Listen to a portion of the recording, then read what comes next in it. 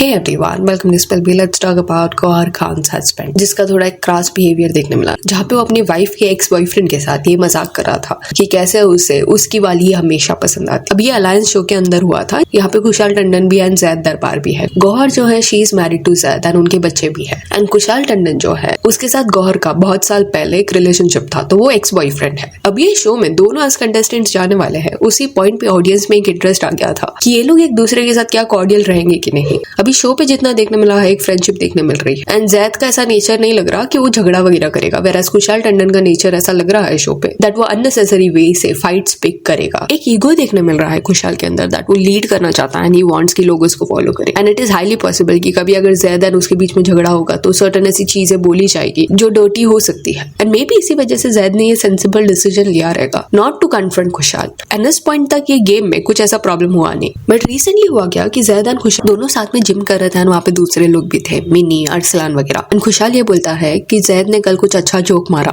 And Zaid उसको सुनाने लग जाता है, रिपीट करता है ना। जैद का ये कहना रहता है कि इनका कुछ सिगरेट के अराउंड डिस्कशन हो रहा था। जैद जो है वो खुशाल के पास गया एंड खुशाल को उसने बोला कि तेरा जो स्मोक है वो दे। तो खुशाल ने सवाल उठाया कि क्यों, तेरा वाला अच्छा नहीं था क्या? तो इस पे जैद ने बोला कि नहीं पसंद आ रहा, 10 पैकेट्स मैंने मेरे लिए मंगाया, बहुत ही बेकार है मेरी वाली। रिटर्न में खुशाल ये बोलता है कि तेरे को मेरी चीज है बहुत ज्यादा पसंद आती है। अभी ये जो जोक था वो इन दोनों के बीच में अलग सा हुआ था प्राइवेट में। जनरली ऐसे शोज में होता है कि स्मोकिंग एरिया के जो क्लिप्स रहते हैं वो नहीं इतना दिखाया जाता, वो सेकेंडरी है, बट इन दोनों के बीच में वो कॉन्वर्सेशन हुआ था। इसको रिपीट करना जिम में मिनी एंड अरसलान के सामने was clearly uncalled for. Like एक बार खुशाल ने जोक मारा, जैद वहां पे बोल सकता था कि ये जोक मत मारा से, but cut to gym area में ये रिपीट कर रहा है जैद। उसको ऐसा लग रहा है कि ये बहुत फन कॉन्वर्सेशन है। अरसलान ही एक ऐसा पर्सन था जिसने रोका खुशाल एंड जैद को कि ऐसा मत बोलो। उसको समझ आ रहा था कि दिस इज नॉट ओके। ये कॉमन सेंस है, कोई भी अपने पार्टनर के लिए स्टैंड लेगा। एंड दूसरी चीज, अगर आपकी वाइफ देख रही है स्क्रीन पे तो उसको भी अच्छा नहीं लगेगा। कई लोग वेट कर रहे थे कि गौहर का क्या रिएक्शन होगा। गौहर को ये पसंद नहीं आया होगा क्योंकि जिसने भी बिग बॉस में गौहर को देखा है उन्हें पता है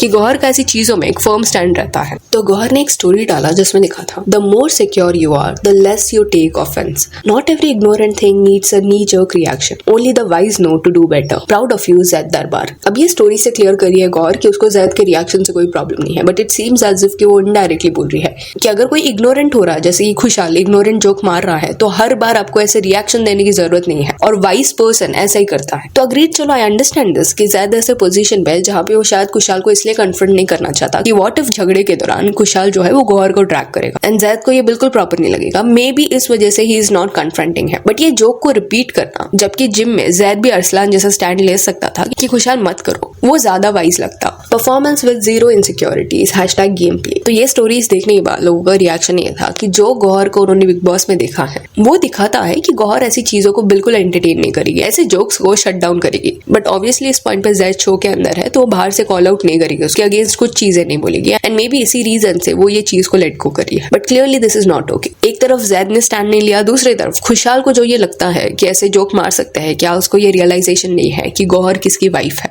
why to do such things? अगर आप कैमरास के सामने ऐसे जोक्स मार सकते हो तो क्या बाहर ऐसे फ्रेंड सर्कल के बीच में वो जो शेमिंग नहीं होता अपने एक्स पार्टनर्स को लेके, मजाक के नाम पे शेम किया जाता है, वो तो सिमिलर बिहेवियर फिर वहां पे भी देखने मिलेगा। एंड इसी वजह से अरसलान का जो स्टैंड था वो इंप्रेसिव लगा, बिकॉज उसको ज्यादा टाइम नहीं लगा। जैसे ही वो जोक बताया गया उसको क्विकली उसका रिएक्शन आया कि ये क्यों बोल रहे हो तुम लोग। अभी गौहर एंड खुशाल कब मिले इसके बारे में बात करें तो इसको ऑलमोस्ट अभी 13 ईयर्स हो जाएंगे। 2013 में ये लोग मिले थे। तब गौहर जो थी वो 30 ईयर्स की होगी एंड खुशाल जो था वो 28 ईयर्स का था। एंड बिग बॉस सीजन 7 के दौरान ये सब हुआ। शो पे ये लोग इनिशियली बहुत अच्छे फ्रेंड्स थे, देन इनका जो बॉन्ड है वो और ज्यादा स्ट्रॉन्ग हुआ। खुशाल ने इनिशिएटिव लिया था अपना जो फीलिंग्स है वो गौहर को बताने का। एंड गौहर का ये कहना था कि शो के बाद वो इस चीज के बारे में और बात कर सकते हैं। बट बिग बॉस का हाउस ऐसा है कि इतनी सारी चीजें होती रहती है कि eventually it was very clear कि ये दोनों एक दूसरे को डेट कर रहे हैं। शो पे इन्होंने डेट करना शुरू कर दिया था, एक दूसरे के लिए वो लोग स्टैंड भी लेते थे। इसी सीजन में एंडी करके एक कंटेस्टेंट था, खुशाल उसके साथ फिजिकल हो गया था, उसने उसका गला वगैरह कुछ पकड़ लिया था, उसको प्रॉपरली शो पे नहीं दिखाया गया था। बट इस वजह से खुशाल को शो से बाहर निकालने का डिसीजन लिया गया कि इसको इवेक्ट किया जाएगा। उस पॉइंट पे गौहर ने खुशाल के लिए एक स्ट्रॉन्ग स्टैंड लिया था कि दूसरे लोग इतनी सारी चीजें करते हैं। अरमान जो है वो भी लोगों के साथ वायलेंट हो चुका है। तो ये अनफेयर है कि तुम सिर्फ एक पर्सन को टारगेट करे हो, अगर निकालना है तो उनको भी निकालो। तो वही पॉइंट था गौहर का। एंड खुशहाल के लिए उसने ये बोला कि अगर इसको निकालते हो तो वो भी निकल जाएगी। एंड वहां पे इमोशनल ब्रेकडाउन भी हुआ गौहर का, वो बेहोश भी हो गई थी। एंड खुशहाल उसको लिफ्ट करके बाहर लेके आया था उसके साथ। तो इतना इंटेंस लेवल का इनका बॉन्ड था। एंड ये सीजन गौहर जीत गई थी। शो जब खत्म हुआ उसके बाद खुशहाल एंड गौहर जो है वो एक दूसरे को डेट कर रहे थे। बट ऑलमोस्ट 1 साल के बाद 2014 में ये चीज बाहर आई कि इन दोनों ने एक दूसरे से ब्रेकअप करने का डिसीजन लिया है। अभी इनका भी जो ब्रेकअप का अनाउंसमेंट था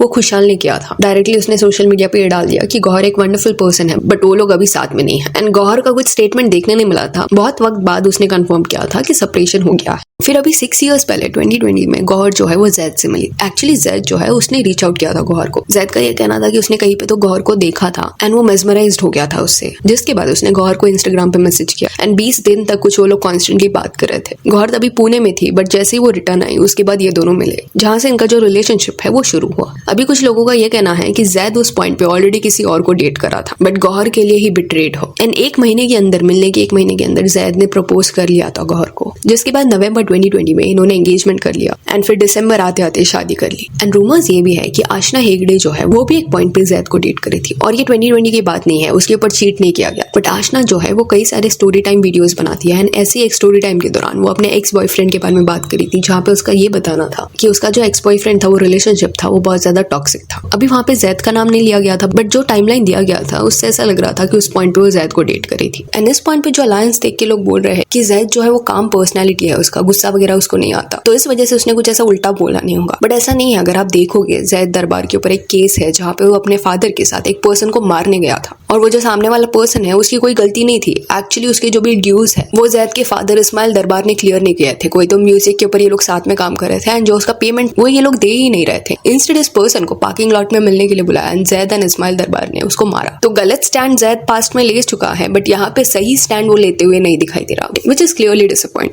एंड खुशहाल का ये जो रश है वो दूसरे रिलेशनशिप्स में भी देखने मिला है, जहाँ पे इन अ वे वो अपने रिश्ते के बारे में सोशल मीडिया पे डाल देता है अपने पार्टनर को इन्फॉर्म किए बिना। बिकॉज शिवांगी जोशी को जब वो डेट कर रहा था उस टाइम पे इनको बहुत ज्यादा शिप किया जा रहा था, पसंद किया जा रहा था। बट एक फेज ऐसा आया जहाँ पे ये लोग अलग हो चुके थे एंड शिवांगी जो थी वो अपने लाइफ में मूव ऑन हो चुकी थी, दूसरा नया शो वो करी थी। बट उसका जब शो एयर होने वाला था, प्रीमियर होने वाला था उसके जस्ट पहले खुशहाल ने डिसाइड किया कि वो एक स्टोरी डालेगा जिसमें वो लिखेगा, to all the people I love just wanted to say me and Shivangi are not together anymore, it's been 5 months so yes. तो 5 महीने पहले ब्रेकअप हो चुका था। 5 महीने तक खुशहाल ने कोई स्टेटमेंट नहीं दिया एंड सडनली जब शिवांगी का कुछ नया शो आने वाला था तभी डिसाइडेड कि वो सामने से अनाउंस करेगा। तो अभी जिस वे से खुशहाल अलायंस में बिहेव कर रहा है उससे ऐसा लग रहा है कि वो इगोइस्टिक है एंड मे बी इसी रीजन से वो नैरेटिव सेट करने के लिए सडनली ऐसे अनाउंसमेंट्स कर देता था। अभी खुशहाल ने अलायंस में रिसेंटली कमेंट भी पास किया था जहाँ पे जब उसको पूछा गया कि बाहर जो एक्ट्रेसेस है वो खुशहाल के बारे में क्या सोचती है, तब खुशहाल का ये कहना था कि जो भी उसके पास में रिलेशनशिप्स रहे हैं, जब शादी उसके साथ नहीं हुई तब बाहर जाके ये बोला है कि वो नार्सिसिस्ट है। खुशहाल का इन अ वे यहाँ पे ये कहना था कि वो नार्सिसिस्ट नहीं है बट ये लोग पैम्परिंग लेके चले जाते हैं बट एंड मोमेंट पे ब्लेम जो है वो उस पर डालता है, समथिंग लाइक दैट। सो यार that's it for this video. Do let me know कि जो भी बोला जा रहा है जैद के बारे में कि वो अपनी वाइफ के लिए स्टैंड क्यों नहीं ले रहा, इसके बारे में व्हाट यू हैव टू से। And if you want, you can follow us on Instagram, जिसका लिंक आपको डिस्क्रिप्शन में मिल जाएगा। और ये वीडियो अच्छी लगी तो लाइक एंड शेयर करें और इस तरह अपडेट्स के लिए चैनल को प्लीज सब्सक्राइब करें। Thank you.